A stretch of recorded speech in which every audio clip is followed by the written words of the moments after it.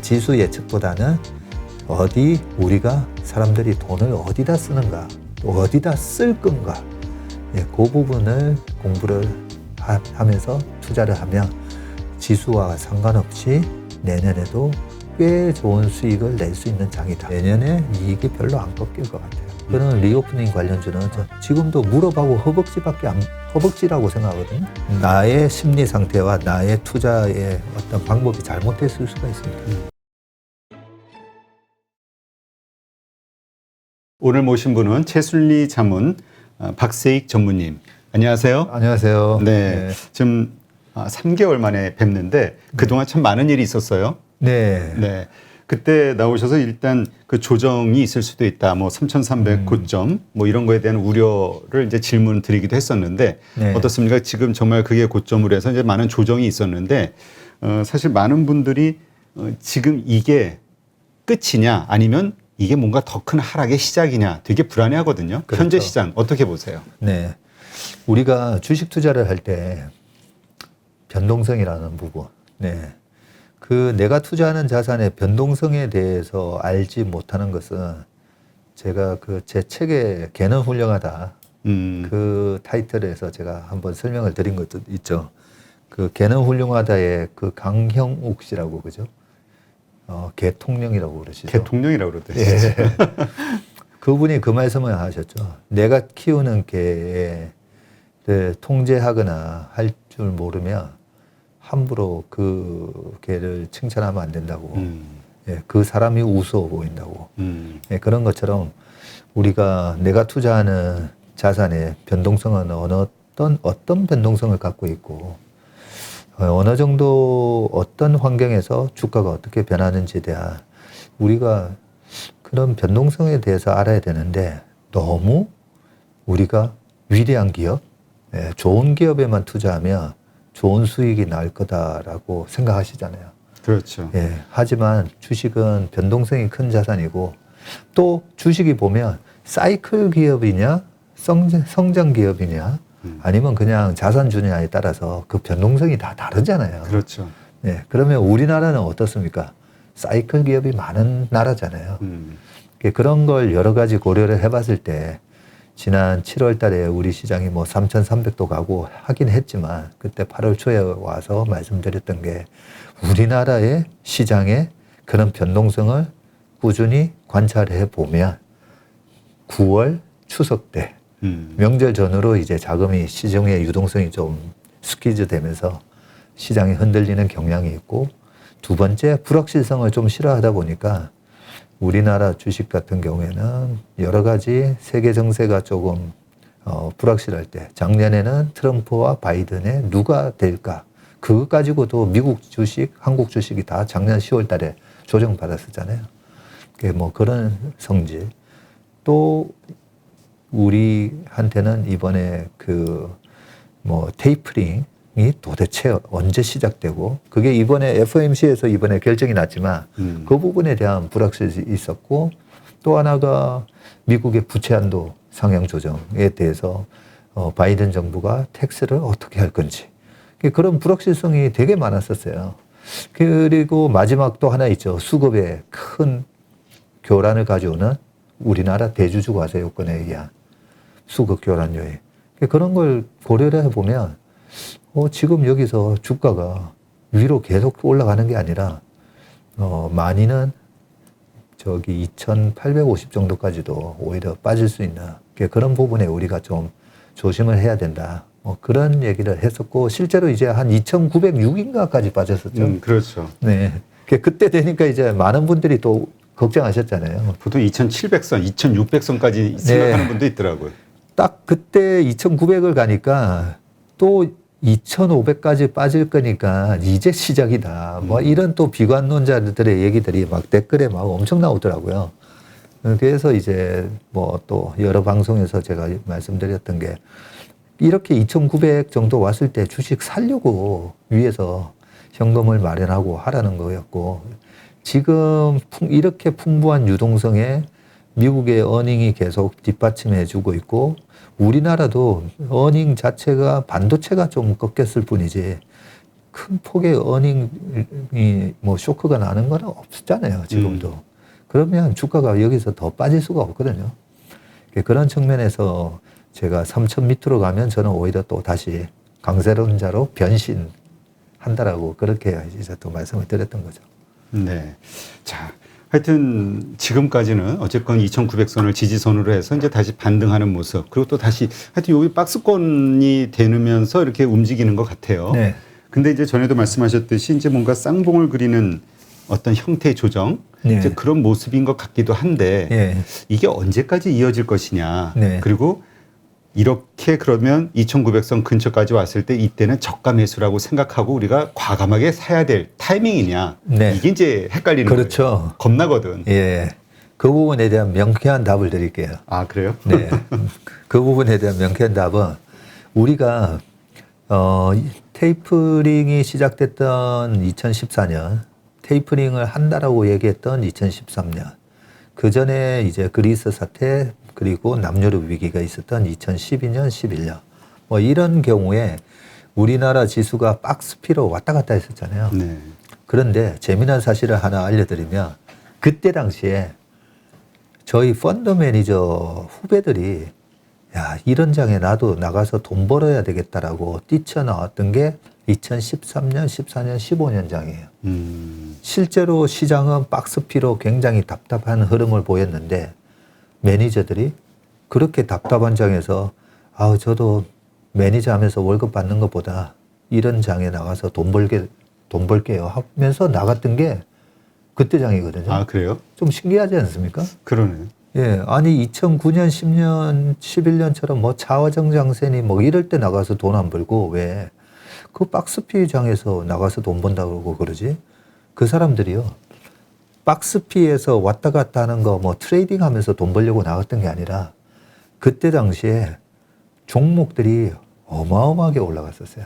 아, 예, 그게 전체 시장이 아니라 네. 특정 종목들이. 예, 그게 부동산으로 따져보면 강남 3구를 이렇게 강력한 규제를 하면 풍선 효과에 의해서 막 구리, 남양주, 저기 이제 김포 뭐 이런 데까지 집값이 확 올라가는 것처럼 거의 비슷한 현상이 나타나는 겁니다. 그러면 2009년부터 2014년까지 미국의 페드의 양적 완화 조치가 QE1, QE2, QE3까지 5년 동안 있었거든요. 그렇게 양적 완화를 유동성을 공급을 이렇게 막 거의 수도 꼭지가 아니라 소방관의 소방호스처럼 물을 유동성을 공급해 주다 보니까 그때 당시에 미국 주가도 13년, 14년, 15년도에 뭐 본격적으로 랠리가 나왔었는데 우리나라는 중후장대 산업들이 그때 아주 조선, 건설 이런 것들이 주가가 안 좋다 보니까 그래서 이제 박스피로 가거든요. 그 장에 지난번에 왔을 때도 말씀드렸지만 뭐 파라다이스 그다음에 지금 방탄소년단하고 거의 비슷한 게 SM 엔터테인먼트. SM 엔터테인먼트도 엄청 올랐었어요. 그때 거의 30배 가까이 올랐고요. 네. 그런 식으로 우리가 따져보면 당시에 매니저들이 아 저도 나가서 돈 벌래요 하면서 뛰쳐나갔던 이유가 시장은 박스피로 지루한 모습을 보였지만 종목별로 보면 그런 풍선 효과에 의해서 엄청난 시장이 펼쳐졌었다는 거거든요. 그래서 2,900 가면 다시 공격 매수. 그거는 올해 이제 대형주를 가지고 이제 하는 매매였다면 올해 말부터 이제 내년은 지금 보시면 이미 시장이 답을 다 얘기해 주고 있습니다. 뭐 하이브 같은 경우는 계속 신고가 내고 있고 그죠? 미국의 엔비디아도 마찬가지고 테슬라도 마찬가지고 결국은 이제 경기 소비재 쪽으로 축이 옮겨가면서 그 경기 소비재가 뭐죠? 임의 소비재, 자유 소비재라고 하는 우리가 돈이 있건 없건 무조건 써야 되는 거, 쌀, 라면 이런 거는 필수 소비재라고 그러잖아요. 그게 아니라 아 이제 월급에서 보너스도 받았고 집값도 좀 올랐고 하면 내가 차를 좀 바꿔볼까? 그러면서 차 바꾸면서 지금 친환경 차를 제일 많이 바꾸잖아요. 그러니까 이제 테슬라가 거기서 대장주가 되는 거고, 콘스트 이렇게 가는 거에 막 목말라 있던 그런 우리 청년들은 방탄소년단의 그런 콘서트 소식에 예, 그냥 뭐 벌써 2달 전에 매진해 버리는 것처럼 이게 어디다가 우리가 돈을 쓰는가. 그렇죠. 네, 지금은 이제 지수 제가 내년부터는 이제 지수 예측 안 한다고 말씀드렸거든요. 아, 그래요? 네, 지수 예측 이제 안 할 겁니다. 왜냐하면 의미가 없기 때문에 지수 예측보다는 어디 우리가 사람들이 돈을 어디다 쓰는가, 또 어디다 쓸 건가, 예, 그 부분을 공부를 하면서 투자를 하면 지수와 상관없이 내년에도 꽤 좋은 수익을 낼 수 있는 장이다. 그렇게 생각합니다. 근데 그 말씀하신 그 소비재, 네. 이게 이제 요즘 게임주라든가 또 뭐 엔터, 그 다음에 뭐 네. 뭐죠? 그 오징어 게임으로 촉발된 맞습니다. 그 뭐라 그래? 콘텐츠주들. 네. 이런 것도 거기에 포함되는 거다. 이렇게 볼 수 있는 건가요? 당연하죠. 예. 지금 보면은 그쪽 주식들이 지금 불을 뿜고 있잖아요. 네. 거기에 또 메타버스니 NFT니 막 이런 맞습니다. 것들이 연결이 되면서 네. 이거를 하나의 일시적인 어떤 그 뭐라 그러죠? 테마로 봐야 될지 아니면 네. 이게 뭔가 페이스북의 이름을 메타로 바꿨기 네. 때문에 이게 뭔가 글로벌리 이게 큰 흐름의 네. 변화인지 네. 어떻게 이해해야 될까요? 그 부분에 대해서는 저보다는 우리 마크 주크버그가 저보다는 훨씬 한 1000배 전문가겠죠. 1000배, 10,000배 전문가겠죠. 야, 이름까지 바꾸는 거 보니까 그게 50조 가치라며요, 페이스북에. 그 세상에 오는구나. 인터넷, 그 다음 이제 넥스트 제너레이션이 메타버스구나. 네, 그러면 그 천재가 이제 아니 회사 우리 페이스북 앞으로 메타버스 세상으로 바꿀 거야 라고 얘기했으면 저는 무조건 그 사람 말이 맞다고 봅니다. 그러면 이제 그 이름 바꾸는 걸 계기로 해서 저도 이제 공부를 본격적으로 하기 시작했거든요. 그러면 최근에 이제 도깨비라는 예, 펄어비스였나요? 다 들어가 봤어요. 실제로 그래픽이나 이런 거 유튜브에서 나온 광고 영상을 보면서 야, 제가 생각했던 것보다 훨씬 더 앞서 있더라고요. 이거 가상의 세계가 정말 현실하고 가상이 구분이 안 되는 그런 세상이 이제 앞으로 시작되는구나. 그러면 이제 우리 임 대표님도 게임 안 하시죠? 해요. 하세요. 아니요. 그 아주 간단한 캐주얼 간단한 게임. 거, 애니판 같은 거 말고요. 막 리니지 M이나 뭐 W나 막 보면 얼마 전에 저희 직원들이 하는 거 보니까 옆에 일하면서 옆에 그냥 게임이 돌아가고 있더라고요. 아, 그래요? 예. 못 보셨군요. 직접 하는 것도 아니고 그냥 핸드폰을 여기 놔놓으면요. 그 안에서 지가 막 하고 있어요. 그게 뭐 광고 유튜브 영상인가 했더니 그게 오토플레이. 예. 오토플레이로 해가지고 그냥 하고 있더라고요. 근데 원래 예전에는 그 오토플레이 하는 게 게임에서 예. 원래는 그 규칙이 어긋나는 걸로 예. 뭐 많이 이렇게 좀 규제를 하고 예. 그랬던 것 같은데. 근데 걔뿐만 아니라 다른 애들도 다 오토플레이 해놓고 있어요. 그러면 우리는 사실 좀 이해가 안 되잖아요. 그렇죠. 내가 직접 해야 되는데. 그러니까 그 무슨 재미야? 예. 근데 오토플레이를 하고 있는 걸 보면서 야, 메타버스 세상에서는 박세익 전무라는 아바타를 만들어서 예. 박세익 전무를 만나려면 메타버스 어디 들어가 보면 있는 거죠, 제가. 그리고 그동안에 이렇게 얘기했던 내용들을 전부 다 그 AI가 분석을 하고 다시 그걸 재생산을 하면서 방금과 같은 질문을 하시면 딱 그 아바타가 얘기를 해주는 거죠. 그런 아바타가 있으면 얼마나 제가 편하겠습니까? 그렇죠. 지금도 저희 회사에 찾아오시는 수많은 고객분들한테 제가 했던 말을 하루에 5번에서 10번을 반복을 하고 있거든요. 그런 부분에 있어서 우리가 어떤 혁신 기업이 진짜 혁신인지 아니면 질문에서 말씀하셨듯이 이게 단순한 유행인지 반짝하는 유행인지의 그 차이가 우리 삶을 더 윤택하게, 더 편하게, 더 즐겁게 해주면 그게 혁신이거든요. 그렇죠. 네. 그러면 방금 제가 제 상상을 박세익이라는 아바타가 그런 일을 해준다면 얼마나 제가 편하겠습니까? 그죠?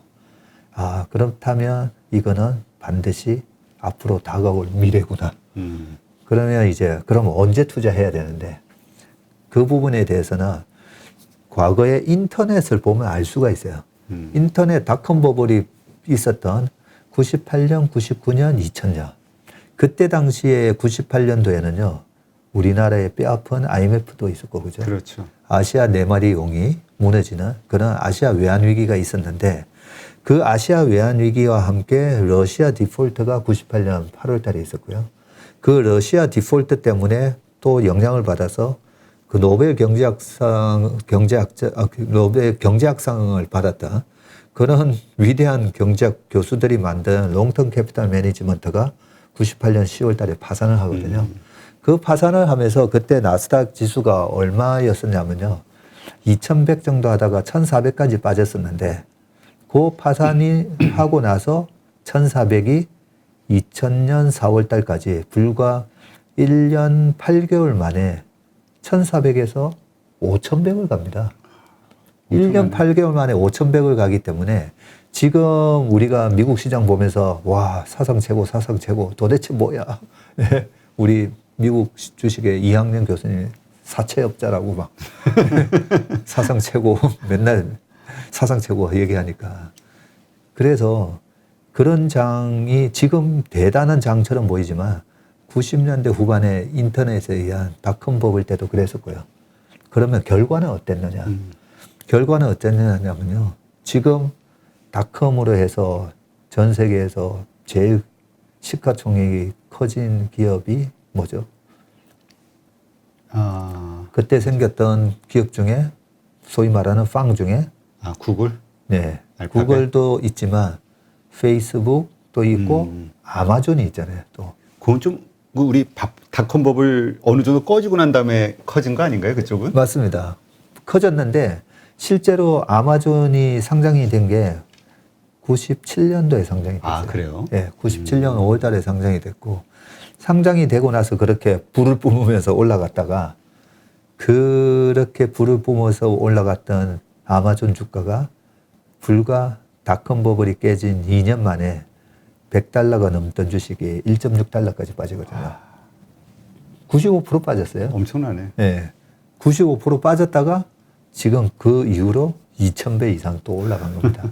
딱 20년 만에 2000배 이상이 올라갔는데 그러면 지금 이제 메타버스라는 이제 새로운 또 패러다임에 대한 청사진을 주식 시장이 가장 빠르게 지금 반영을 해주고 있거든요. 그렇죠. 예, 그러면 90년대 후반을 생각하면서 이 장이 깨지기 전까지는 여기서 막 놀아도 돼요. 예, 놀아도 되는데, 그때 당시에는 이제 페드의 금리가 6.5%였었고, 글로벌하게 아시아가 경제 성장이 없다 보니까 오로지 닷컴 버블이라는 이런 패러다임 변화에 대한 이제 분위기만 조성이 되면서 주가만 오르다 보니까 그때 실적이 안 나왔던 거죠.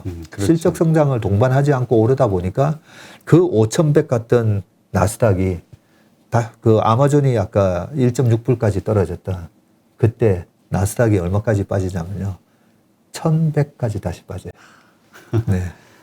그렇기 때문에 우리가 지금 메타버스를 어떻게 매매해야 되냐. 예, 지금 장이 끝날 때까지 매매하시고요. 그럼 언제 끝나는데? 저도 잘 모르거든요. 그래서 장이 끝나는데 나는 도망 나올 자신이 있다. 예, 그런 분들은 지금 이 랠리를 즐기시고요. 저 같은 경우에는 언제 투자하냐면요. 그렇게 닷컴에 대한 엄청난 랠리가 있고 실적 성장을 동반하지 않는 랠리가 있고요. 그리고 반드시 이제 빠지면서 그렇죠. 거기서 옥석 가리기가 진행되거든요. 옥석 가리기가 되고 2002년부터 아까 말씀드린 것처럼 아마존도 그때 이제 상장 폐지될 거다, 망할 거다. 1달러 밑에서 한참 거래되면 이제 망하거든요. 상장 폐지가 되죠. 그런 리스크 다 겪고 난 다음에 지금의 아마존이 탄생을 한 겁니다. 그리고 야후라든지 여러 가지 이제 닷컴과 관련된 넷스케이프라든지 여러 가지 기업이 있었지만 실질적으로 나중에 최종 위너는 누가 됐냐라고 보면 결국은 구글이 구글이지. 됐고 우리나라에서는 네이버. 다음인 줄 알았는데 네이버가 됐고 그죠? 보면 지금 1등이 나중에 1등이 아닐 수가 있어요. 그렇죠. 네. 그래서 저는 다시 이게 꺼지고 2파 조정이라고 그러죠. 그리고 이제 3파 상승은 실적을 동반하면서 올라오거든요. 그게 마치 2019년도에 테슬라가 영업이익을 흑자로 내면서 올라오는 것처럼 그 랠리가 들어왔을 때 저는 보통 그 3파 상승에서 딱 들어가거든요.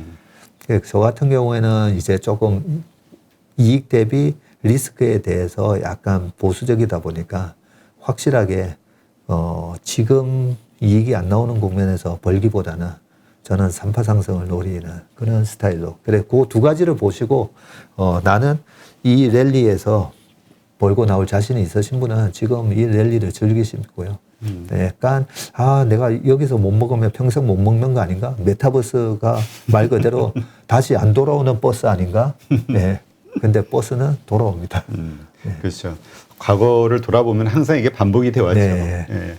그러니까 지금 많은 분들이 지금 게임주 뭐 위메이드가 됐든 뭐 여러 가지 뭐 주식들 엄청나게 튀잖아요. 네. 이런 것들 보면서 너무 거품이야라고 하지만 네. 말씀대로라면 2000년대 그 IT 버블 그 IT 버블이 가능했던 거는 인터넷에 대한 우리 기대감이었잖아요. 네. 가능성. 네. 그만큼의 파워가 있는 것이 이 메타버스다. 이렇게 네. 보시는 거군요. 네. 그거는 뭐 기정사실인 것 같습니다. 그러니까 지금은 끝이 어딜지 모르지만 이거 어떤 밸류하고 상관없이 치솟는 이 분위기는 더 지속이 될 수 있다. 예.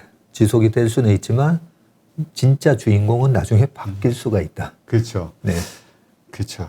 저도 그때 2004년인가 3년인가 네. 네이버를 그 한 게임하고 이렇게 합병하고 예, 이럴 예. 때 예. 아주 싸게 살 기회가 있었는데 네. 그때 이렇게 이야기가 들어왔었는데 못 알아봐가지고 네이버를 그때는 잡주라고 생각해요. 그렇죠. 네이버 그때 당시에 저희 펀드 매니저도 모아놓고요. 막 세미나를 했었는데 기업 IR이죠. 그때 보면 유망 중소기업 IR이었어요. 그렇죠. 유망 중소기업 IR에 막 김범수 의장 와가지고 막 설명하고 했었어요. 그러니까 지금도 어떻게 보면은 약자로 보이거나 아니면은 별로 이렇게 도드라지지 않지만 이 거품이 지나고 난 뒤에 진짜 승자가 될 기업들이 그 가운데서도 나올 수 있는 가능성이 있다. 우리가 네. 이렇게 좀 생각해 보면은 아주 주의 깊이 모든 기업을 좀 스터디할 필요가 있겠네요. 맞습니다. 네. 네. 아까 대형주 말씀을 하셨는데요.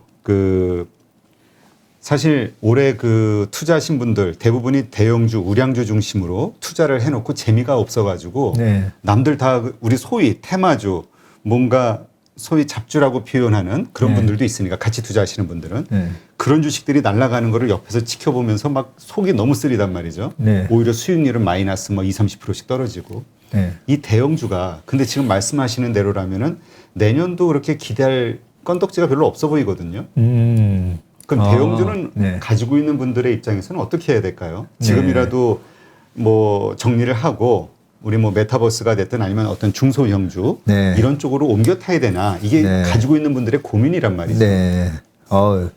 좋은 질문이신데요. 저 같은 경우에도 저희 회사는 웬만하면 중대형주로 돈을 버는 회사입니다. 예. 중대형주로 돈을 버는 회사고 소형주가 움직이는 게 뻔히 보이는데도 사이즈가 저희가 운영하는 사이즈가 제가 인피니티 시절에는 이제 한 1조 4천억까지 운영을 하면요. 1조를 운영을 했을 때 5%를 담으려면 500억을 사야 돼요. 500억을 사면 시가총액 2천억짜리 회사로 못 사죠. 그렇죠. 네. 그래서 저희가 사면서 다 올리고요. 팔면서 또 다 떨어져요. 그런 유동성에 대한 리스크가 있기 때문에 저희가 웬만하면 이제 소형주는 좀 안 하는 편인데 저희는 이제 사자가 조그만 임팔라를 쫓아다닐 수는 없잖아요. 그렇죠. 사자가 먹을 때는 결국은 큰 물소 잡는 게 효용적인 측면에서 효율적인 거고요. 자칼이나 치타는 임팔라 잡으러 다녀야죠. 그런 것처럼 우리가 너무 대형주에서도 먹고 중형주에서도 먹고 소형주까지 다 쫓아가면서 먹는 거는 진짜 사자가 큰 물소부터 토끼까지 다 먹으려고 하는 거나 똑같은 거거든요. 나한테 내 적성에 맞는 스타일의 매매를 하시면 되는 거고요. 내년에는 그러면 대형주에 대한 제 그림은 어떻게 돼 있냐면요. 그렇죠. 다행히 대형주가 굉장히 이제 또 착한 가격이 됐어요. 그래서 지금 많이 낮아졌죠. 네. 삼성전자 96,000원 하다가 7만 원 하고 있는 거고요. 그리고 현대차도 마찬가지고 대형주 그룹들이 쭉 대형주 단에서 바이오 중에서 제일 큰 기업은 삼성바이오로직스인데 그렇죠. 삼성바이오도 최근에 보면 100만 원 넘었다가 80만 원 정도 왔다 갔다 하고 있고 그러면 이제 대형주만 갖고 저는 뭐 대형주를 국영수 같은 종목이라 했잖아요. 우리가 시험을 잘 보려면 좋은 대학 가려면 국영수를 잘해야 된다는 것처럼 그렇게 이제 대형주를 보다 보니까 이런 대형 우량주들은 그 변동성이 마이너스 40% 이상 잘 안 빠집니다. 그래서 하이닉스도요. 하이닉스의 업황이 그렇게 안 좋았던 2019년도 넘어가기 전에라든지 아니면 작년 코로나 위기라든지 보면 제일 많이 빠졌을 때가 마이너스 42% 정도 빠졌거든요. 그런데 이번에 하이닉스가 거의 마이너스 39% 빠졌었어요. 그러면 과거의 하이닉스의 변동성을 보면 고점 대비 마이너스 40% 근처에서는 이거는 거의 발목의 주식을 사는 거다라고 느낌이 오는 거죠. 그런 차원에서 우리가 대형주를 이제 공략을 하면 되는데 대형주는 뭐가 좋으느냐? 우리가 충분히 이해하고 있는 사업을 하는 회사들이잖아요. 그렇죠. 하이닉스에 대해서 뭐 이해 못할 게 없잖아요. 네. 그런 것처럼 뭐 현대차도 마찬가지고요.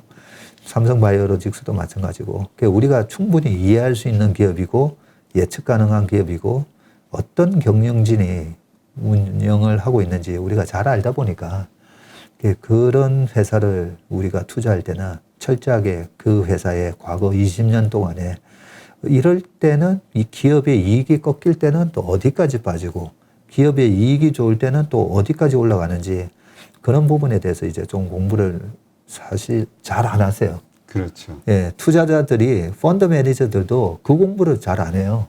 일단 얼마큼 오를 수 있을까? 예, 가격에 대한 차트. 예, 밸류에이션만 역시 열심히 하고 그 기업이 가진 변동성에 대해서 참 공부를 안 하는 게 저는 좀 무모하다는 생각까지 들거든요.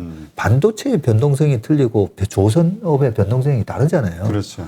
그런 것처럼 그런 변동성에 대해서 저는 많이 저희 직원들하고 공부를 하다 보니까 내년 장이 설사 대형주가 재미없는 장이라 할지라도 최근에 많이 착해져 있는 이 대형주들을 보면 대형주에서도 내년 상반기에 상당히 짭짤한 수익이 나오겠구나. 예, 그런 생각을 하고 최근에 이제 대형주 물려 계신 분들 사서 마이너스 30% 이렇게 나 있는 분들한테는 그냥 그 계좌 뜯고 그냥 쉬시라고 얘기합니다. 그렇죠. 예, 쉬면 시간이 다 해결해져요. 또는 물타기 하라고 제가 말씀드리죠. 진짜 그 얘기를 하나 질문 드리려고 했는데 우리가 기본적으로 물타기 하면 망한다 이런 얘기가 사실 만연해 있잖아요. 네. 근데 이렇게 대형주 삼성전자 아니면 하이닉스, 현대차 이런 거 가지고 뭐 30%씩 마이너스가 나 있는 상황에서 물타기를 하냐 아니면 안 해야 되냐 이거 가지고도 고민하는 분들이 많거든요. 그렇죠. 그래서 이런 게 대형 우량주를 마이너스 28%인데 전무님 여기서 손절해야 되나요? 라는 얘기를 하실 때마다 그런 질문 들을 때마다 저는 항상 머릿속에 사람의 심리가 이렇기 때문에 그 피터 린치가 운영했던 마젤란 펀드가 600배가 올랐을 때 14년 동안 그죠? 그걸로 수익을 본 펀드 투자자가 별로 없다라는 얘기가 저는 항상 떠오릅니다. 그 마젤란 펀드가 그렇게 경이적인 29.8%에 가까운 그런 연평균 수익을 냈음에도 불구하고 1987년 블랙만데이 때 피터 린치가 그래요. 그 블랙만데이 때 환매 요청이 막 들어와서 주식을 막 팔 수밖에 없었다고. 그렇게 사람은 희한하게도 어떻게 보면 그래서 제가 이런 경우에 어떻게 자꾸 비유를 해드리냐면요. 강남의 아파트가 17억짜리가 갑자기 11억이 됐어요. 17억짜리가 11억이 됐으면 전무님 여기서 이 아파트 손절해야 됩니까? 라고 물어보는 사람 아무도 없거든요. 그렇지. 근데 유독 주식만 그렇게 물어봐요. 카카오가 17만 원 갔다가 12만 원이 살짝 깨졌던 것 같은데 물어봅니다. 여기서 손절해야 되냐고. 그렇죠. 예, 삼성전자 9만 6천 원 하는 게 6만 9천 원 갔는데 얼마나 좋습니까? 그럴 때는 항상 대형 우량주는 항상 아파트라고 생각하세요. 9억 6천 하던 아파트가 6억 9천? 그러면 그렇게 급매가 나왔으면 사보고 싶지 않습니까? 그렇죠. 예, 근데 주식이기 때문에 내 계좌에 마이너스 2,800만 원 이렇게 찍히니까 이제 무서운 거죠. 그렇죠. 더 찍힐까봐. 더 내려갈까봐. 그럴 때는 항상 부동산하고 좀 이렇게 부동산으로 이렇게 스위치 시켜가지고 생각해 보시면 답이 나오고 저는 그 믿음이 있기 때문에 아니 어떻게 전문가가 물타기를 하라는 저런 얘기를 하지? 분명히 우량 자산이 우량 주식이 그러면 현대차하고 삼성전자가 우량 주식인지 아닌지를 어떻게 판단하지? 그렇죠. 왜냐하면 지금 가격이 떨어진 데는 네. 그만한 이유가 있다고 보거든요. 그렇죠. 이유가 지금 나오는 거 보면 반도체 디램 가격 하락이라든가 급락하고 있다 네. 뭐 이런저런 안 좋은 뉴스들이 나오니까 무서운 거예요. 이거 더 그렇죠. 빠질 수밖에 없을 것 같은데. 네. 무섭잖아요. 그러면 계속 이렇게 떨어지는 거 아니야? 라고 우리가 무서워하는데 그래서 재무제표를 봐야 되는 거죠. 재무제표를 봐야 되는데 삼성전자, 하이닉스 되게 변동성 심하잖아요. 그러면 하이닉스가 적자가 언제 났는가? 최근 10년 동안 적자 안 났어요. 최근에 가장 주가가 그렇게 막 급락했던 2018년이나 보면 2018년도에 하이닉스가 이제 영업이익이 20조 났다가 그 다음 2019년도에 영업이익이 2조 7천으로 박살났다가 2020년도에 5조 대까지 확 올라오고요. 올해 거의 10조 이상 나오는. 그래서 경기가 우량주인지 아닌지는 이런 사이클 기업임에도 불구하고 사이클의 다운턴에 걸렸을 때 적자가 안 나고 이익을 내는 거죠. 그러면 소위 말해서 내 순자산 BPS가 꾸준히 올라가는 거죠. 북밸류가. 순자산은 계속 올라가는 기업이기 때문에 그런 기업이면 어쨌든 장기적으로 이렇게 올라가는데 주가는 마이너스 40%가 빠졌다. 그러면 우리가 이거는 그냥 스트롱 바이 하는 거죠. 근데 이렇게 질문하시는 분들도 있어요. 뭐냐면 2000년 우리 코로나 사태 때 네. 이때는 워낙 주가가 그냥 평범한 가격에서 급락하니까 쌌지만 네. 지금은 많이 오른 상태에서 빠졌기 때문에 예전과 비교해도 비싼 거 아니야? 그러니까 결국은 더 빠질 수 있어. 네. 이 밸류에이션에 대한 고민 때문에 그런 네. 생각을 하는 분들이 있거든요. 네, 맞습니다. 그게 우리가 투자를 하는 데 있어서 이 밸류에이션을 갖고 17억짜리가 11억. 근데 17억 갔을 때는 왜 팔았어야 되느냐? 밸류에이션을 해보니까 이거는 13억짜리인데, 14억짜리인데, 예, 그렇다면 17억에 우리가 팔 수 있는 것처럼 말씀하신 대로 이게 뭐 고점 대비 얼마 떨어졌다도 중요하지만 실제 지금 가격이 과거 대비해서 비싼지 안 비싼지 뭐 그 부분에 대해서는 우리가 반드시 판단을 해야 되는데 제가 작년에 왜 코로나 위기에서 이제 벗어나는 둥 마는 둥 2천 언저리까지 올라왔을 때 내년에 3천 간다라고 얘기를 하면서 제가 그 원리를 설명을 드렸었죠. 그 원리가 이번 코로나 위기로 체력이 약한 회사들은 확실하게 망했잖아요. 그렇죠. 여행사도 망했고 항공사도 망했고 그죠? 많은 기업들이 망했어요. 그러면서 제가 식당을 예를 들었죠. 식당 5개 중에 2개가 망해버리면 1억 개 매출을 이 5개 식당이 2천만 원씩 나눠서 저희 회사 바로 앞에 있는 건물의 식당이 실제 그래요. 네, 이 5개. 쏠림 현상. 네, 그 5개의 식당이 그렇게 매출을 나눠 먹고 있었는데 진짜 망하더라고요. 그럼 2개가 망하고 경기가 회복이 됐어요. 3개밖에 안 남았어요. 그러면 이 한 식당의 매출은 1억 나누기 3으로 하면 3,300만 원이 되면서 코로나 이전에 2천이었는데 3,300이 된다는 거죠. 그렇기 때문에 제가 그렇게 생각해 보니까 실제로 우리나라 지수가 2천에서 3,300 같네요. 네, 그런 원리로 아니 저 사람은 작년에 어떻게 그 위기에 2,100이 올해 고점이다 뭐 이런 얘기도 있고 했었는데 3,000을 간다라고 얘기했지. 저는 그런 원리로 말씀을 드렸던 거거든요. 그렇게 보면 방금 이제 대표님이 질문하셨던 거 코로나 이전 대비해서 지금 이만큼이나 올라왔는데 여기서 떨어져도 코로나 이전하고 비교해 보면 여전히 코로나 이전에 보다는 높아 보이는데 그거는 방금과 같은 그런 메커니즘으로 코로나 같은 그런 강력한 경제 쇼크가 오면 살아남은 기업들의 이익이 엄청나게 늘어납니다. 그래서 지금의 그 우리나라 코스피의 PER이 10.7배 정도밖에 안 되거든요. 네. 아니 지수가 3천인데 10.7배. 그렇죠? 이익의 규모가 확 늘어나서 그런 거고요. 미국의 S&P 500이 4,700인데 PER이 21배밖에 안 돼요. 네, 그만큼 살아남은 기업들의 이익이 커졌기 때문에 그런 거죠. 네. 자, 그러면 지금 삼성전자 말씀하셨던 하이닉스, 네. 뭐 반도체 가격의 급락, 또 말씀하신 밸류에이션에 대한 걱정 이런 것들 때문에 고민을 하는데 지금 그래도 싸다고 생각하시는 건가요? 그래서 지금 10.7배, PER 21배, 22배 미국 시장 싸지는 않습니다. 네, 그런데 이게 싸지려면 내년에 이익의 전망치가 더 올라가야 되잖아요. 그렇죠. 내년에 이익의 전망치가 올라가면 PER이 자연스럽게 떨어지는데 안타깝게도 애석하게도 우리나라의 코스피 이익 전망치는 올해 8월부터 꺾였어요. 그렇죠. 예, 8월 달에 내년에 영업이익 전망치가 260조 근처까지 갔다가 지금 251조까지 하향 조정되고 있는데 여기서 이제 겁이 나는 거죠. 그렇죠. 이제 피크아웃에 네. 대한 논란이 일어난 거잖아요. 그러니까요. 그게. 미국은 탄탄한 내수 기반의 경제 구도다 보니까 그 내수가 갑자기 확 꺾이지는 않잖아요. 강력한 충격 말고는. 그런데 우리나라는 결국은 수출로 먹고 사는 나라다 보니까 우리나라의 영업이익 전망치가 반도체가 꺾여. 혹시나 그동안에 과거에 아픈 기억이 많잖아요. 조선 경기 박살날 때 뭐 그냥 90% 빠지죠, 주가가. 그렇죠. 네, 그것뿐입니까? 화학, 정유, 철강까지 워낙 시클리컬들이 많다 보니까 이제 겁나는 거죠. 이 이익 전망치가 여기서 더 꺾이는 거 아니야? 라고 우리가 걱정을 하는 건데 제 개인적인 생각은 어떠냐면요. 내년에 이익이 별로 안 꺾일 것 같아요. 왜?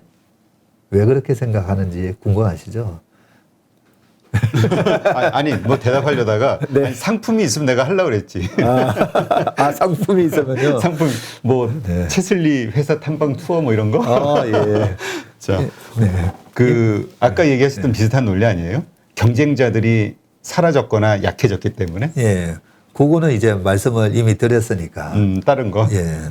그 다른 이유보다 좀 더 심플할 수도 있는데 제가 최근에 미국을 또 갔다 왔었잖아요. 아, 그래요? 9월 초에 이제 미국 가보고 야, 정말 잘 왔다. 너무 큰 걸 알고 왔어요. 2008년 리만 사태 있고 나서 미국이 그렇게 페드가 돈을 뿌려주고 미국의 실업률이 5%까지 떨어지는 데는 거의 5년 이상 걸렸거든요. 그런데 지금 실업률 이번에 발표된 것 보셨죠? 4.8, 이번에 또 4.6. 아니 14%까지 갔던 실업률이 확 줄어들었어요. 불과 1년 반 만에 확 줄어들었어요. 어떻게 이럴 수가 있지? 안 망했거든요. 예. 리만 사태 때는 엄청나게 망했는데 이번에는 안 망했어요. 기업들이. 네. 왜냐하면 페드가 전격적으로 돈을 찍어가지고 확 기업들한테 돈을 대줬던 거죠. 그래서 가장 타격을 많이 받은 회사가 어디겠습니까? 크루즈 회사잖아요. 그렇죠. 네. 그 어마어마한 카니발 크루즈만 하더라도 배가 한 105대 있고요. 그 2등 업체, 뭐 3등 업체, 노르웨이지안이나 뭐 로얄 크루즈 같은 회사가 50대, 그 다음에 뭐 25대. 그러면 그 어마어마한 배에 대한 유지 관리비가 엄청 들어가죠. 그렇게 비용이 들어가면 망했어야 되거든요. 그렇죠. 근데 그렇게 돈을 찍어주면서 그 돈이 그렇게 그 코로나 때문에 취약한 그런 회사들 다 살려줬어요. 네. 그 큰 기업부터 뉴욕에 있는 식당까지 다 살려줬더라고요.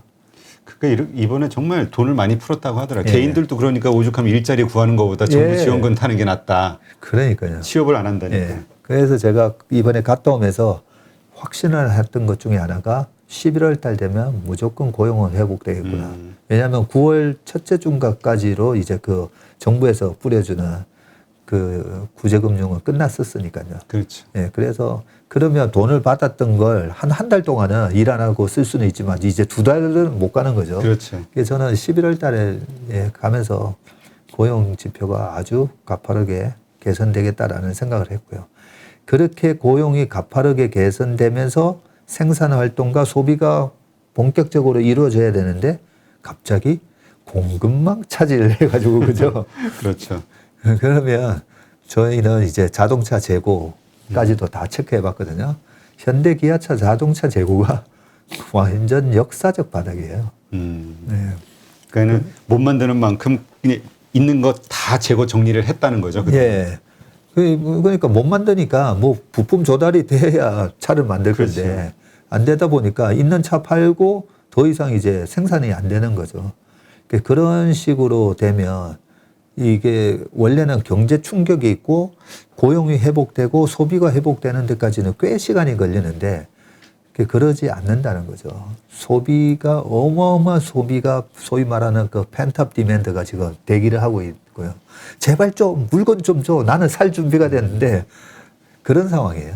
그런 상황이기 때문에 우리나라의 수출은 내년에도 상당히 좋을 거다라고 생각이 들어서 내년에 좀 굉장히 비관적인 얘기들도 많지 않습니까? 그렇죠. 많은데 이런 경제 활동을 이 경제의 흐름을 예상을 해보면요.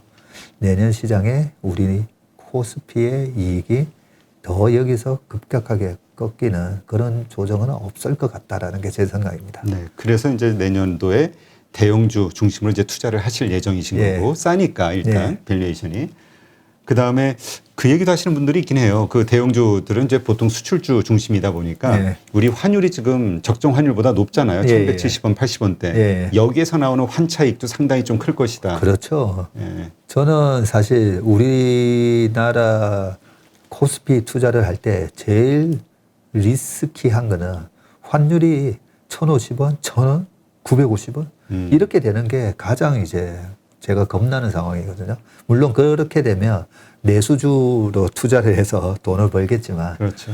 지금과 같이 헝다그룹 뭐 이런 거에 터져가지고 뭐 1,170원, 80원, 90원 유지해 주는 게 저는 너무 다행이다.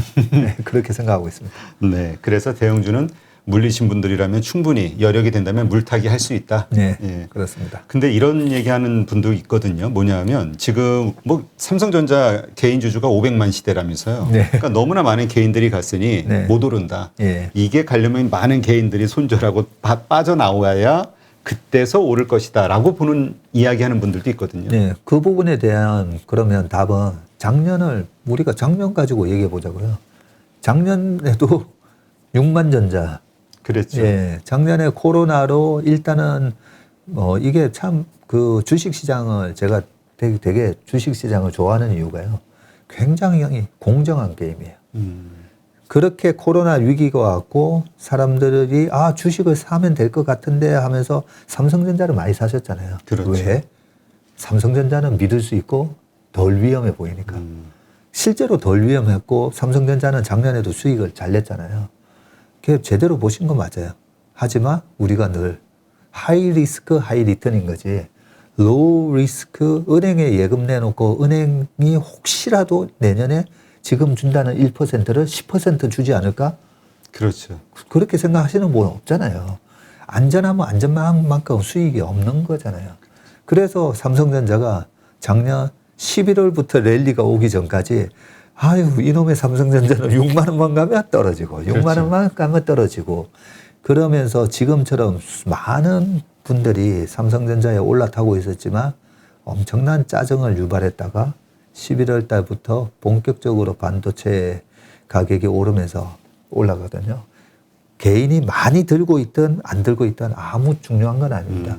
그 회사의 업황이 좋아지면 주가는 무조건 오릅니다. 네. 예, 외국인이 한 5.5조 샀었나요? 7조 샀었나요? 작년 11월에.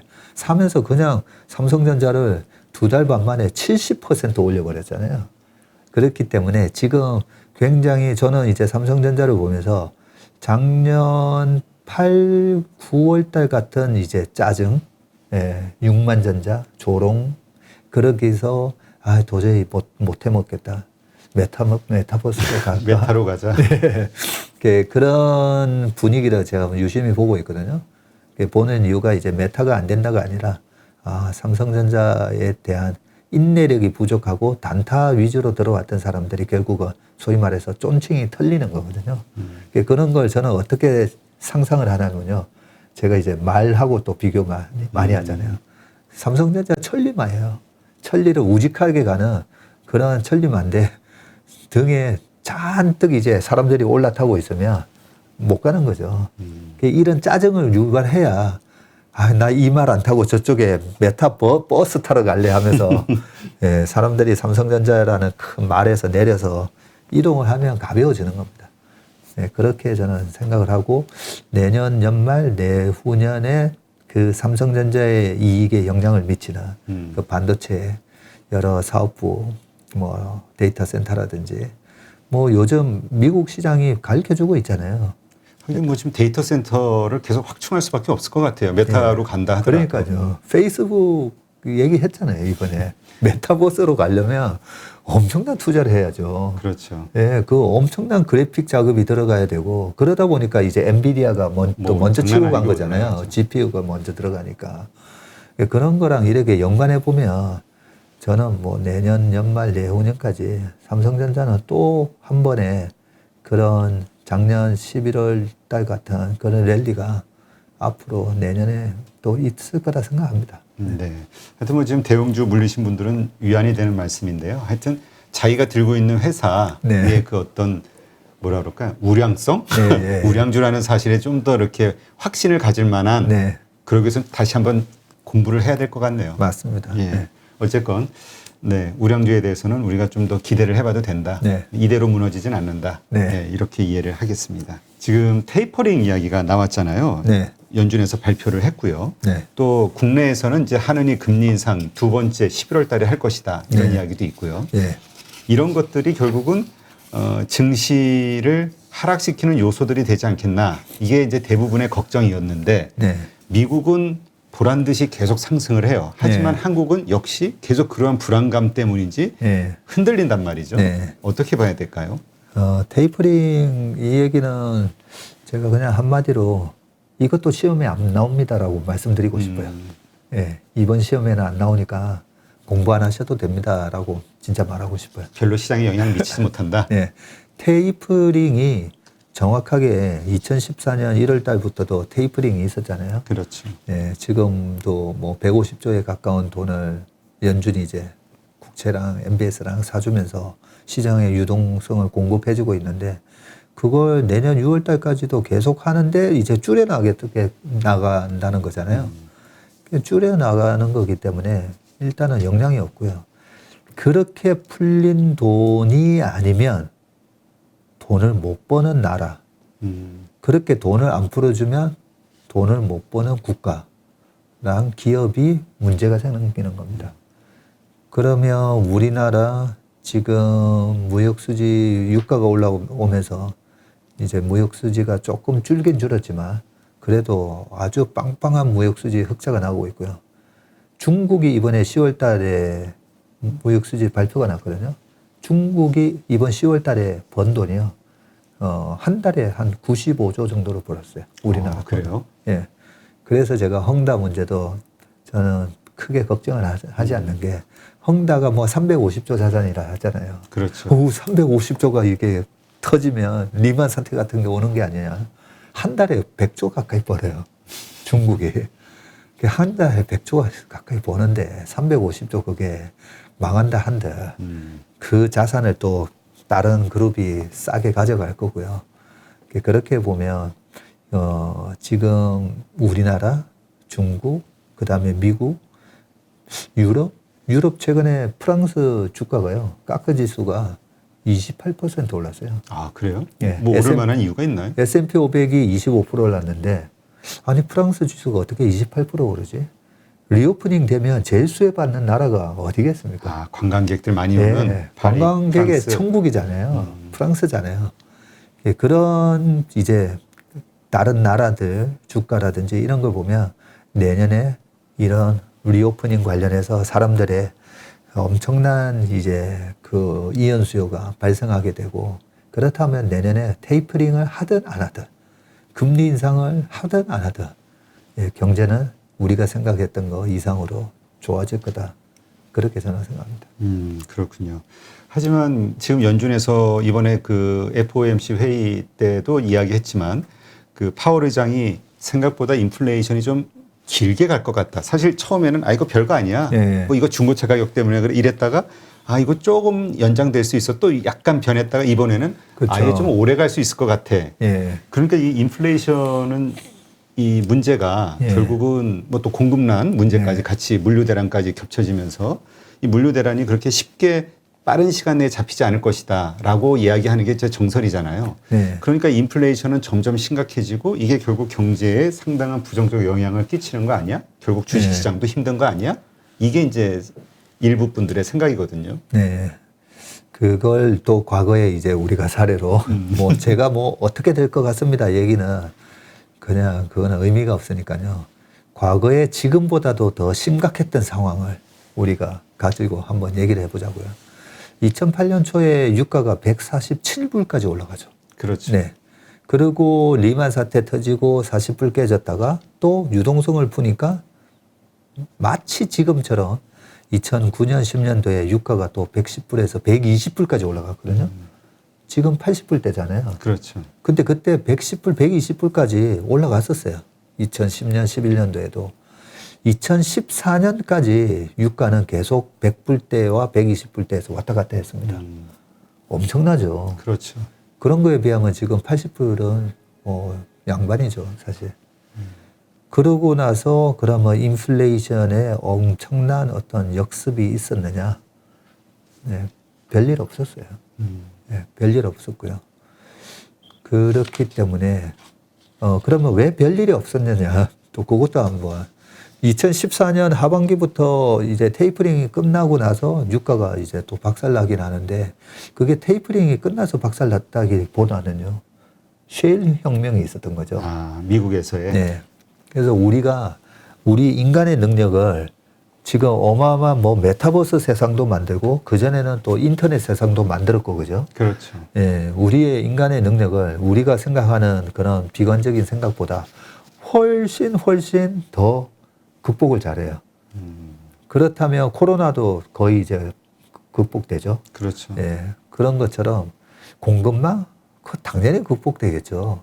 극복되고 지금 그런 인플레이션이 그렇게 영향을 미치면 바로 대체제를 만듭니다. 그래서 결국은. 대체 에너지가 등장을 하고 그 대체 에너지 중에서 태양광, 풍력, 여러 가지 원자력까지 뭐 있었지만 그때 미국에서는 제일 쉬운 방법으로 셰일 혁명을 만들어서 밑에가 셰일층에 있는 기름을 뽑아내기 시작하면서 유가가 확 빠졌던 거거든요. 그러면 지금도 보세요. 지금은 이 채굴기가 그 코로나 이전에 한 850개가 돌아갔었고요. 네. 유가가 110불 이랬을 때는요. 1,500개가 돌아갔었어요. 네. 그렇게 유가가 비싸니까 1,500개가 돌아가면서 이걸 파다 보니까 유가가 못 버티고 떨어지는 거죠. 공급이 늘어나니까. 그렇죠. 그런 식으로 얼마든지 지금의 그런 원자재 가격에 의한 노동력이 복귀 안 하면서 생긴 그런 여러 가지 현상 때문에 발생된 이 인플레이션은 파월 의장이 조금 오래 갈 수도 있다라고는 얘기했지만 그 오래가 길어봐야 저는 2년 아닌가 그런 생각이 듭니다. 그렇다면 그거에 대한 과도한 뭐 두려움을 가지고 예. 지금 투자하는 데 있어서 오히려 예. 마이너스적인 행동을 할 필요가 없다. 네. 근데 아까 대형주가 지금 상당히 싸다 이런 얘기 하셨잖아요. 대형주가 싸다 할 때 이 뭐 셀트리온 같은 뭐 삼성 바이오로직스라든가 이런 것들도 올해 많이 주가가 떨어졌단 말이죠. 네. 근데 이것이 그런 많이 떨어진 그 하락한 상황에서 또 머크에서 치료제 나오고 그다음에 또 화이자에서 치료제 나오고 할 때마다 또 급락을 했단 말이죠. 네. 이걸 어떻게 봐야 될까? 그러니까 이게 자기 주가 제자리 찾아가기로 봐야 될까? 아니면 과도한 하락으로 봐야 되냐? 네. 이거에 따라 투자 이 관점이 완전히 달라지잖아요. 예. 어떻게 보세요? 지금 이제 머크랑 화이자 이런 말씀을 해주셨는데요.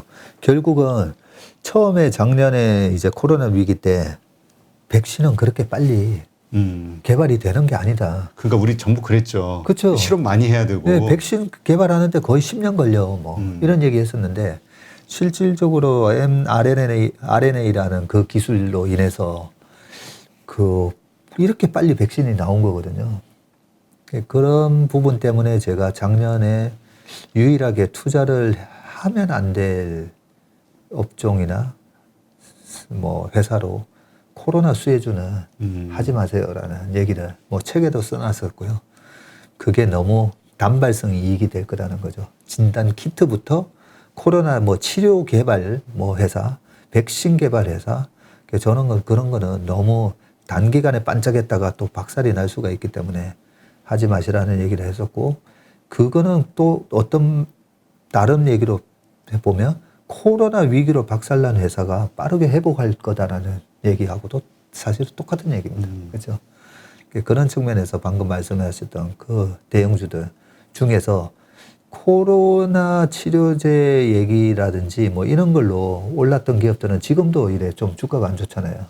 그렇죠. 거기에 거품이 있었기 때문에 그런 부분을 제외하고는 과연 지금 리오프닝이 정말 되긴 되나? 이러다가 뭐 델타가 아니라 무슨 세타 바이러스 이런 거 나오면 어떡하나? 뭐 이런 우려 때문에 아직까지 못 올라오고 있는 그런 리오프닝 관련주는 저는 뭐 지금도 보면 너무 싸죠. 지금도 저는 많이 올라온 것처럼 보이지만 지금도 무릎하고 허벅지라고 생각하거든요. 그래요? 네. 그러면 일단 뭐 이 코로나 관련주들 이거는 일단 좀 그러면은 좀 논외로 치고요. 네. 좀 그렇게 긍정적이지 네. 않으신 걸로 네. 제가 이해를 하고, 리오프닝주와 관련해서는 뭐 바로 떠오르는 게 예를 들어서 무슨 호텔, 항공, 네. 뭐 여행주, 네. 그다음에 뭐 내수 소비주 이 정도 떠오르거든요. 예. 근데 지금 항공주도 그렇고 여행주도 그렇고 실적은 안 좋지만 상당히 주가가 많이 올라왔잖아요. 네. 그래서 거품 아니냐 많은 분들이 네, 이렇게 얘기하는데 그렇습니다. 아직도 갈 길이 멀다 이렇게 보세요? 이제 우리가 요즘 보면 호텔신라 예. 그걸 갖다가 우리 정영진 프로는 모태신라라고도 막 8만 원만 가면 이제 모태신라라고 막 그렇게도 얘기를 하더라고요. 그러면 이제 면세점 호텔신라만 하더라도 면세점 매출에 의해서 주가가 그렇죠. 움직이게 되는데, 이 면세점 매출은 나중에 과연 코로나 이전하고 이제 이후하고 어느 정도 매출의 차이가 날까, 뭐 그런 식으로 좀 상상을 해보면요. 지금의 주가는 과연 그런데 뭐 정말 여행객들이 그렇게 많아지면서 실제로 나중에 면세점이 정말 회복되나? 아직까지도 우려감들이 많습니다. 그런데 실적은 안 나오다 보니까 주가가 살려면 밸류에이션이 부담스러워요. 그러니까 이게 PER 배수 따지면 답이 안 나오는 거라. PER 배수 따지면 겁나서 저도 겁나서 약간 주춤하게 되거든요. 네. 그게 바로 제가 자주 얘기하는 고퍼에 사서 이익이 많이 나올 때 저 퍼에 팔아야 되는 거거든요. 우리 성장주에 보통 대입하는 원리. 예. 성장주나 이래 사이클 기업들, 하이닉스도 마찬가지였죠. 결국은 이익이 안 나올 때 고퍼에 사고 이익이 왕창 나올 때 저퍼에 사는 그 전략이 지금 리오프닝 관련주도 저는 똑같다라고 생각합니다. 시작도 안 했잖아요, 아직. 리오프닝 뭐 관련해서 지금 뭐 여행 시작됐습니까? 이제 국제선 예약률이 확 올라가고 있다 이러고 있지. 우리 주변에 보면 아직 시작도 안 됐거든요. 하긴 지금 미국 저 같은 경우는 이제 에어비앤비를 좀 관심 있게 보고 있으니까 네. 주주기도 하고 예. 이번에 실적이 잘 나왔더라고요. 잘 나왔죠. 네, 그러니까 뭐 하루에 10%씩 막 급등을 네, 하고. 그렇죠. 그러니까 이런 것들이 한국 기업들에게도 왜냐면 거기는 이미 네. 여행 그 관련해서 이미 좀 시작이 먼저 됐으니까 그러니까요. 한국도 그런 식으로 실적이 좋아질 것이다. 예, 임 대표님이 지금 좋은 얘기를 해주셨는데, 이 주가가 미국만 이렇게 가고 아까 프랑스도 28% 올랐다는데 그렇죠. 우리는 도대체 왜 이래? 우리가 방역을 제일 타이트하게 하다 보니까 미국 제가 갔다 왔던 8월 말에서 9월 초만 하더라도 야외에서 마스크 쓰는 사람은요, 보스턴에서 야외에서 마스크 쓰는 사람은 10명 중에 1명 보기가 힘들어요. 뉴욕에 갔더니 10명 중에 2-3명 정도 쓰고 있었고요. 야외에서는 당연히 안 쓰는 게 맞는 수준이었었거든요. 그 정도로 우리보다는 빨리 코로나에서 탈피하고 있었던 거예요.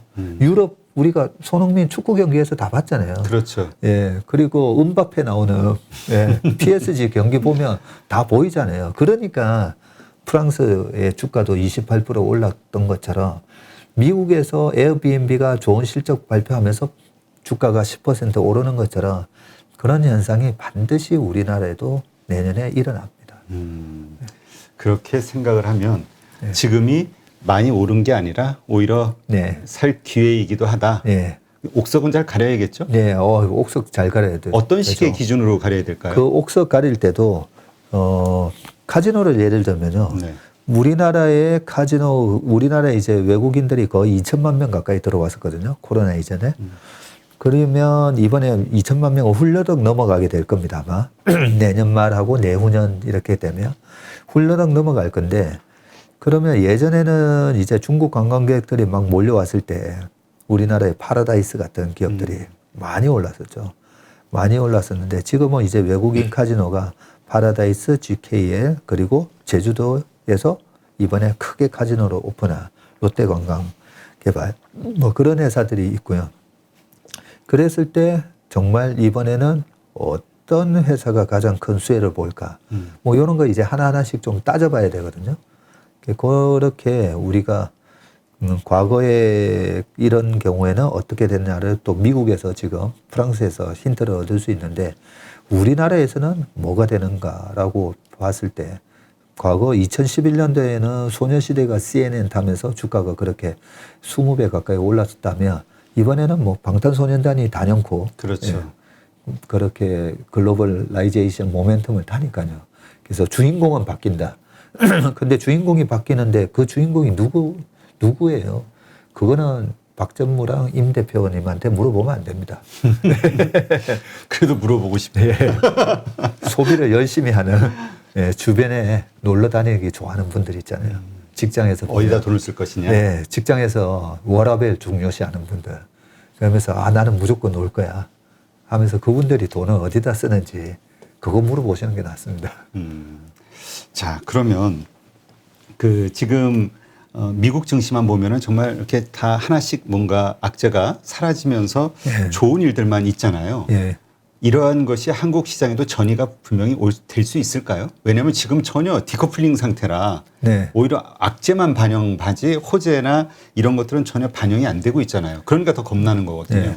거기서 조금 수정을 해드리면 전혀 반영이 안 되는가? 하이브는 신고가 내고 있고, 그죠? 종목별 장세니까. 종목별로 보면 반영을 하고 있습니다.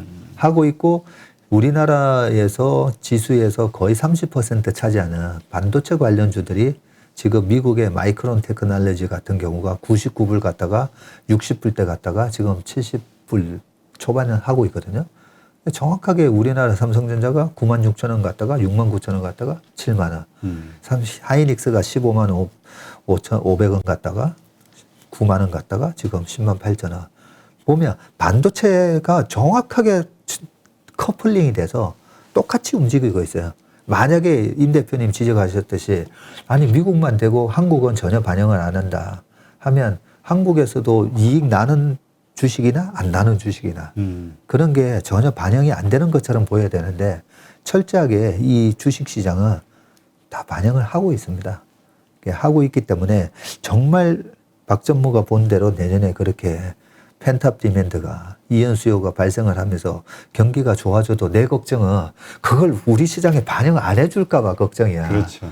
네, 그 부분을 물어보신 건데 특히 이런 착시 현상이 더 심화된 거는 제가 늘 말씀드리죠. 대주주 과세 요건. 예, 10억 이상 직계 좀비 속이 가지고 있었을 때 안 내도 되는 세금을 내야 되는 그 제도점 때문에 지금 큰 손들이 아니 나 이미 10억 이상 갖고 있는데 삼성전자 그 웬만한 분들 보면요. 저희 고객분들도 보면 이미 다 10억 이상 다 가지고 계세요. 그 한 종목만 이 한 분이 10억 이상 가지고 계신 게 아니라 우리 뭐 이렇게 가족 따져보면 10억 이상 그러면 더 사지를 못하잖아요. 지금은 더 사지를 못해요.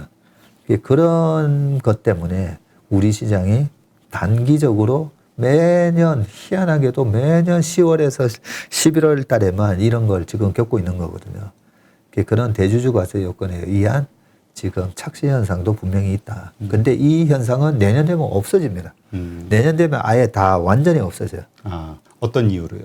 2023년부터 전면과세로 바뀌거든요. 전면과세로. 네. 지금 우리가 미국 주식에 투자해서 소득이 생기면은 거기에 대해서 22% 세금 내잖아요. 예.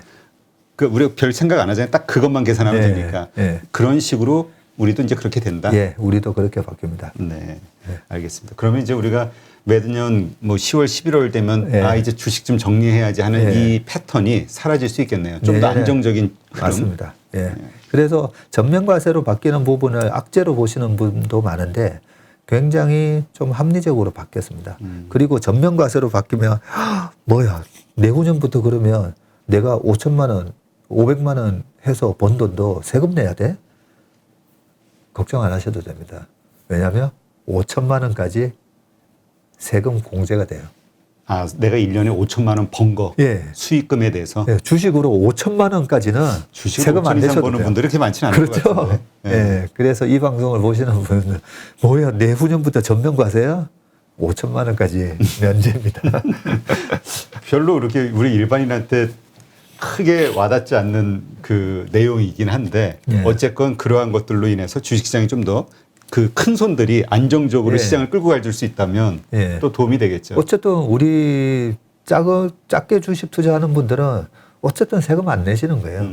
예. 그러니까 너무 걱정할 필요 예. 없다. 그러니까 걱정 안 하셔도 됩니다. 그러니까 이러한 모든 근간에는 계속해서 주식시장에 우리가 투자하기 좋은 네. 그런 상황들이 펼쳐질 것이다. 네. 이렇게 이해하면 되겠네요. 네. 왜 이 질문을 드리냐면은 사실 많은 분들이 한국에서 주식 투자하는 거는 뭔가 기울어진 운동장에서 네. 하는 것이다라는 피해 의식을 많이 갖고 있거든요. 네. 공매도를 포함해서. 예, 맞습니다.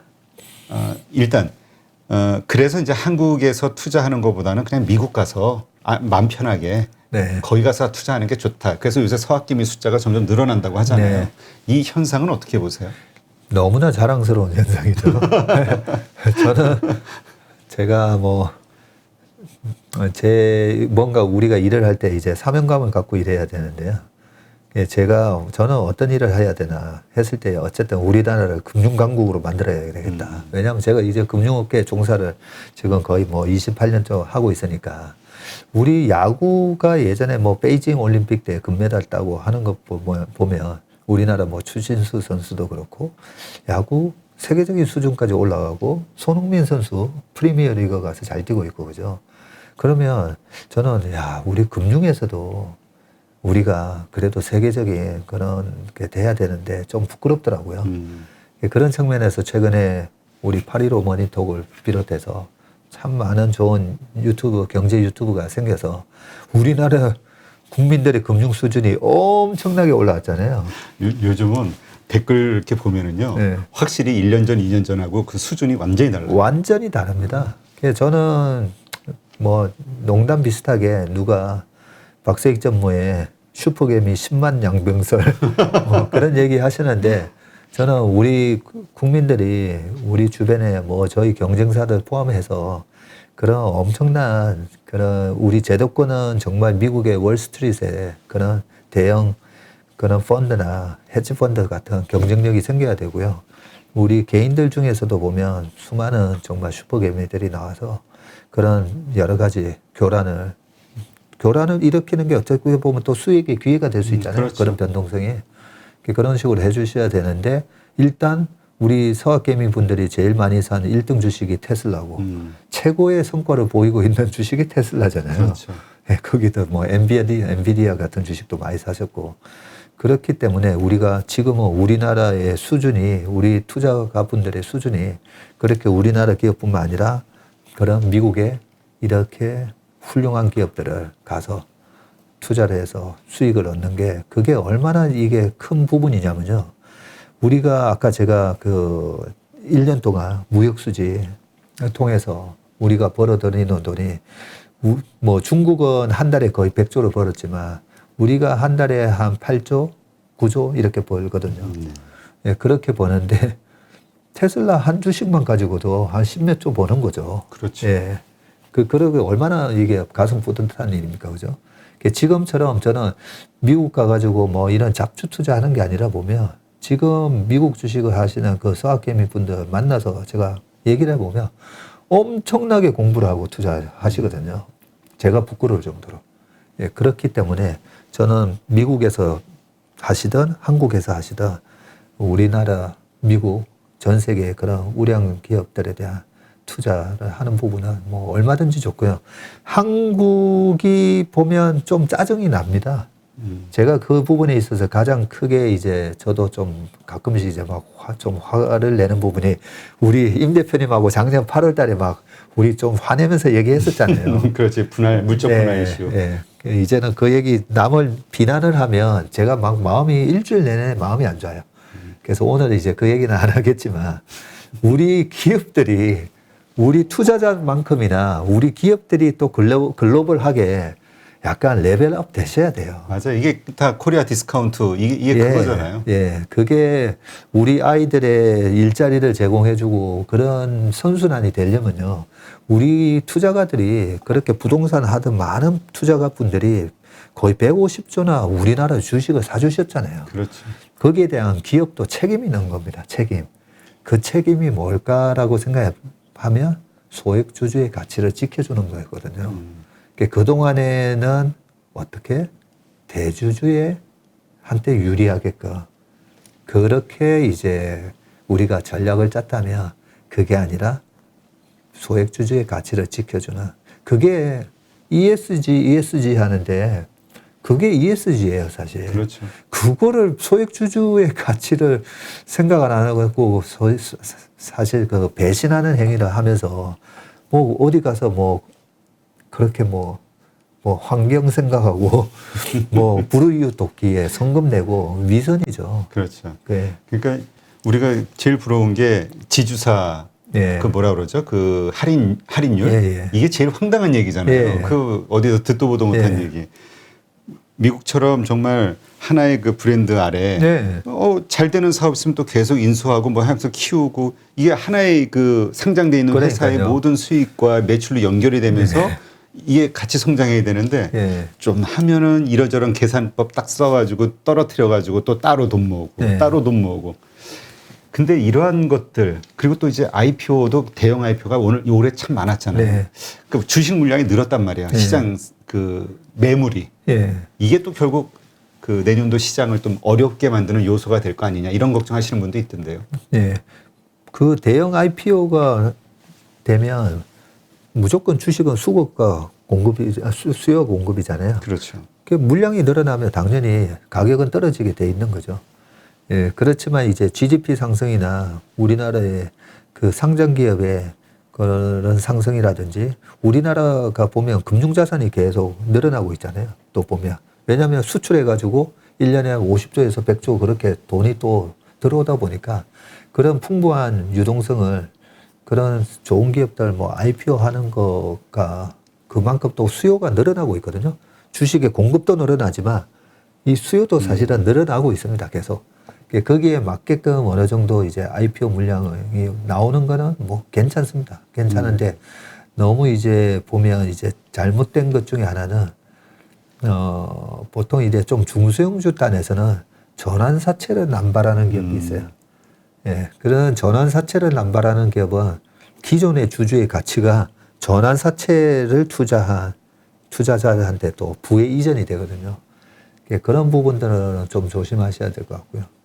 내년에는 상반기에 이제 그 LG 에너지 솔루션 같은 게 또 이제 상장이 될 건데 그렇게 되면 반드시 LG 화학의 주가는 영향을 받습니다. 그렇죠. 예, 영향을 받으니까 그 부분은 조금 조심을 하시는 게 좀 좋을 것 같습니다. 그러니까 이런 식으로 물적 분할하는 회사들이 뭐 워낙 여러 개다 보니까 느닷없이 안심하고 투자했다가 하루아침에 그 발표 나오고 공시 나오면서 주가가 막 몇십 %씩 빠지고 하니까 막 황당한 거라 회사를 믿고 투자했던 투자.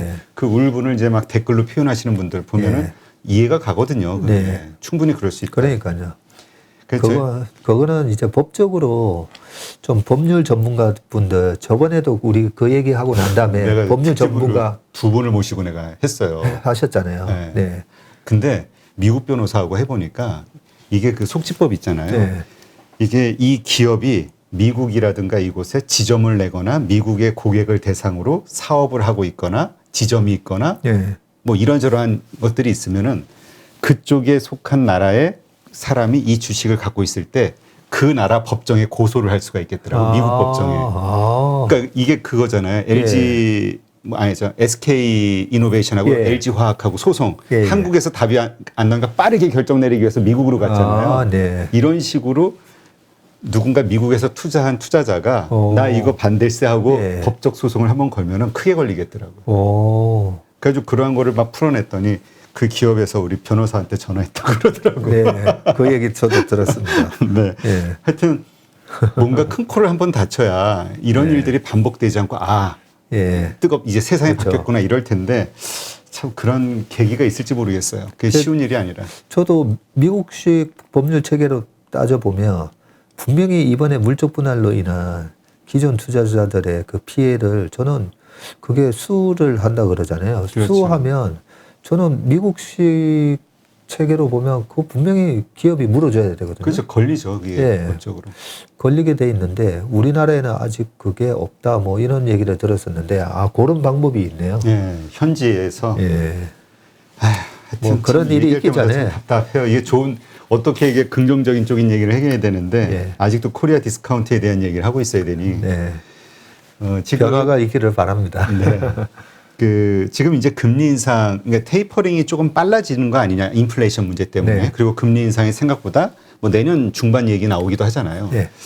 그러니까 이게 결국 금리 인상은 주가에 상당히 독약인데, 라고 생각하는 분들이 많은데, 그러다 보니까 지금 투자의 전략을 어떻게 세워야 될 것이냐, 이걸 고민 되게 많이 하시거든요. 네. 언제까지 투자하고 내년 한 3월이면 다 주식 정리해야 되는 거 아니야?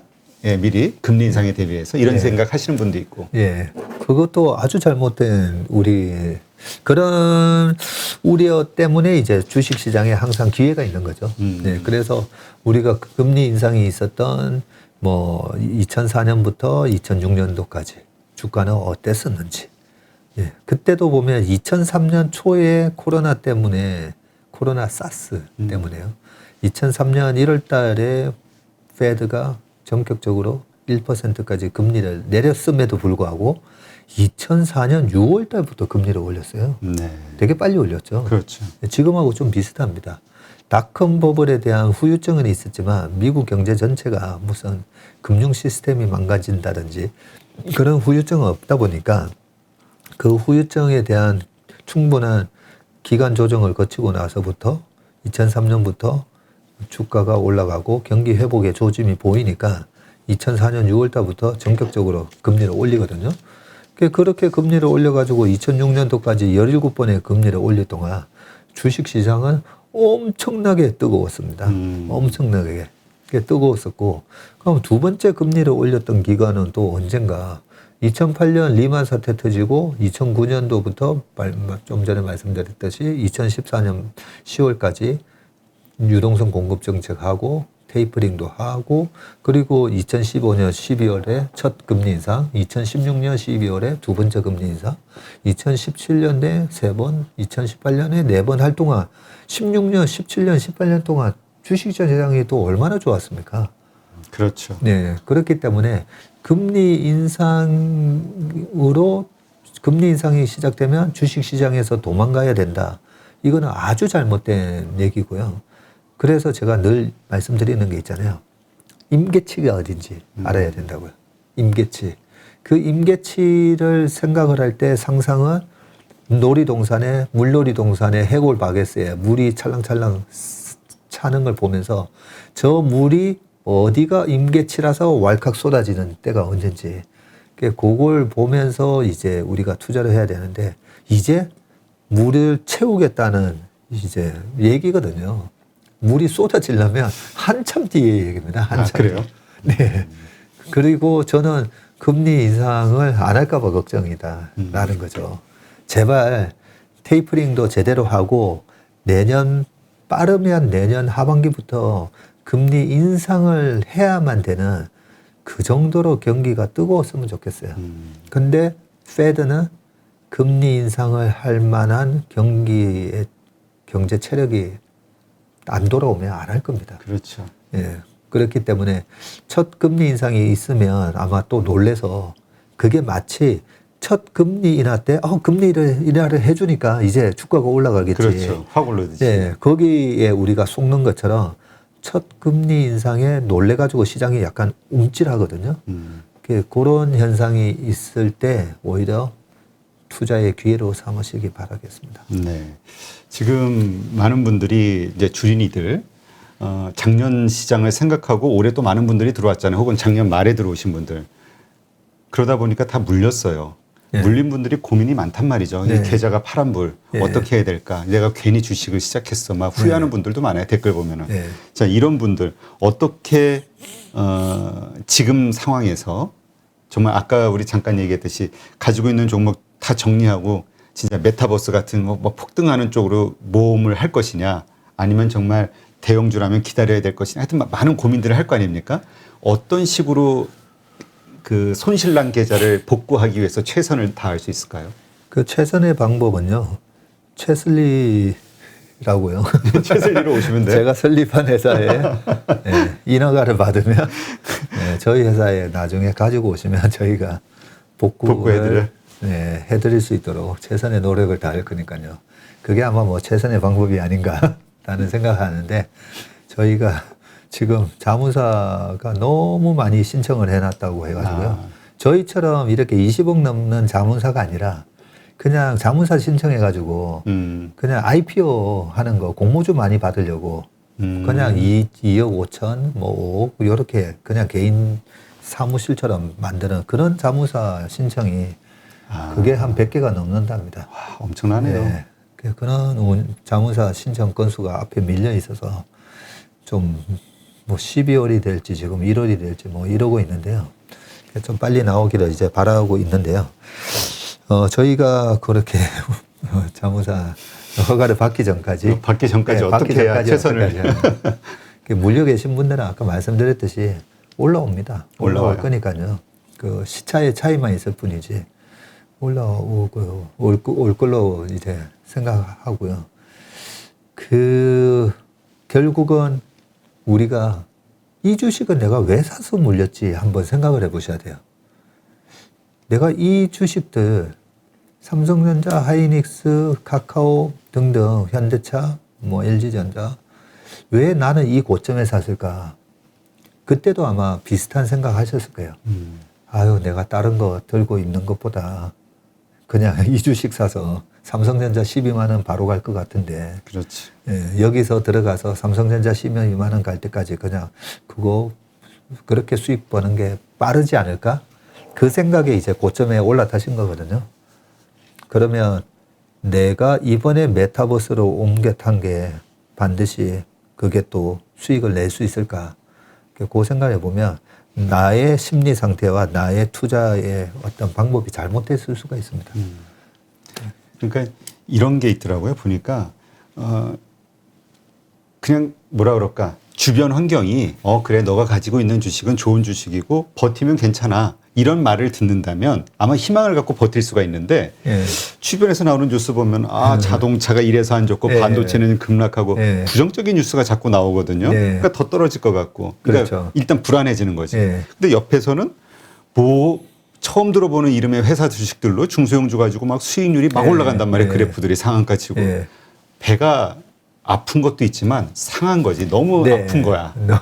마음이 너무 아픈 거예요. 그러니까 이걸 못 견디라고. 이 환경 자체를 못 견디니까 멘탈이 붕괴가 되더라고요.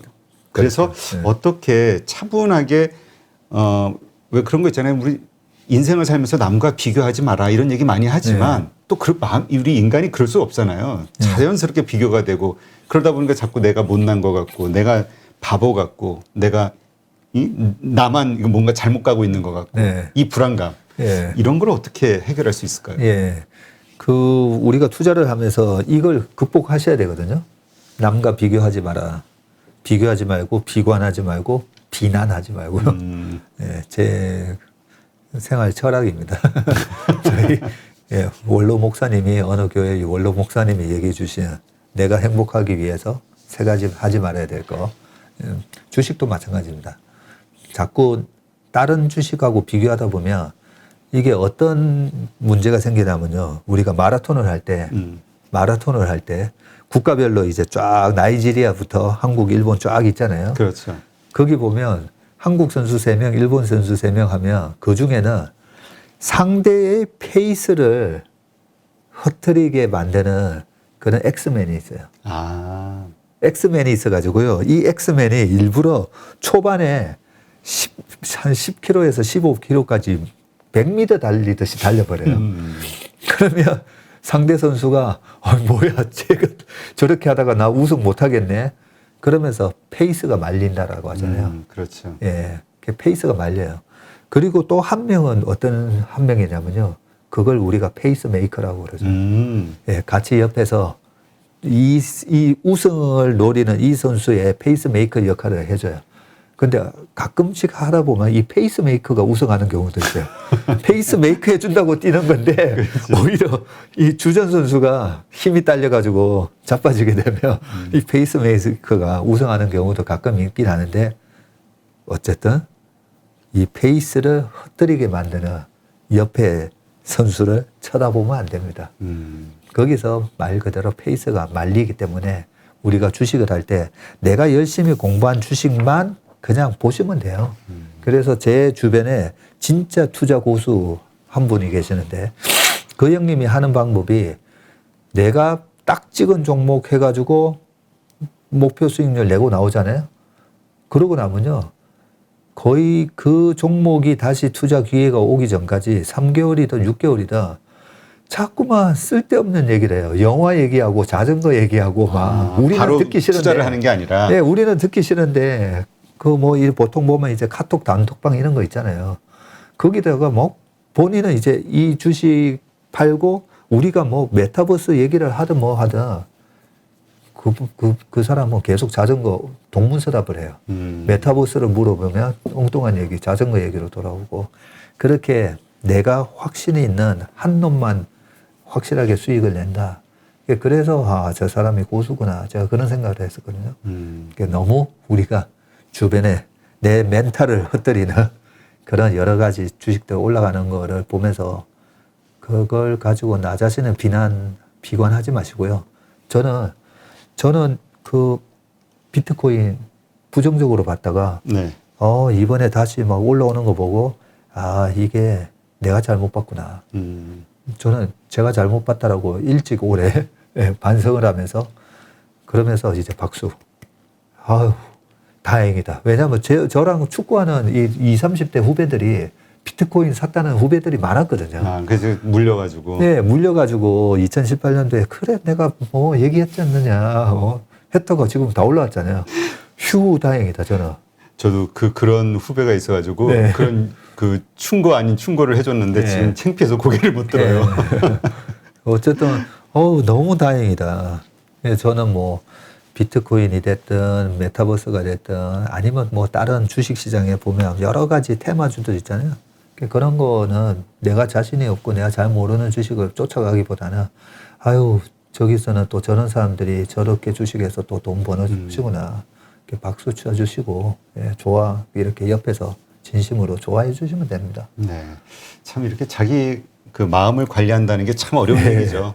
근데 또 역설적으로 그러한 인간의 본능을 거슬러야 또 돈을 버는 게 주식시장이라는 얘기도 있잖아요. 정확한 얘기세요. 결국은 주식은 인간의 본능을 이겨내셔야 됩니다. 네.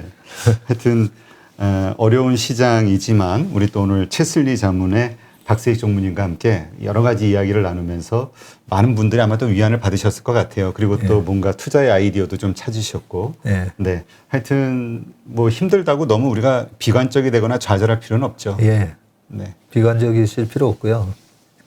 내가 택한 그런 우량주들 지금은 마이너스 20% 가 있겠지만 결국은 그 회사의 임직원들이 열심히 하나하나 한번 생각해 보면요. 우리나라 사람들이 그동안에 그렇게 열심히 일하다가 지금 갑자기 놀고 있겠습니까? 그죠? 네. 현대차그룹, 삼성그룹 뭐 등등 보면 열심히 일하고 있을 겁니다. 그러면 그 믿음을 가지고 시간이 다 해결해 줄 겁니다. 그런 마음으로 잠시 지금의 이 가을 단풍이 얼마나 좋습니까? 그죠? 그래요? 네. 단풍 안 보셨군요. 저희 항상 나가면 껌껌해가지고. 네.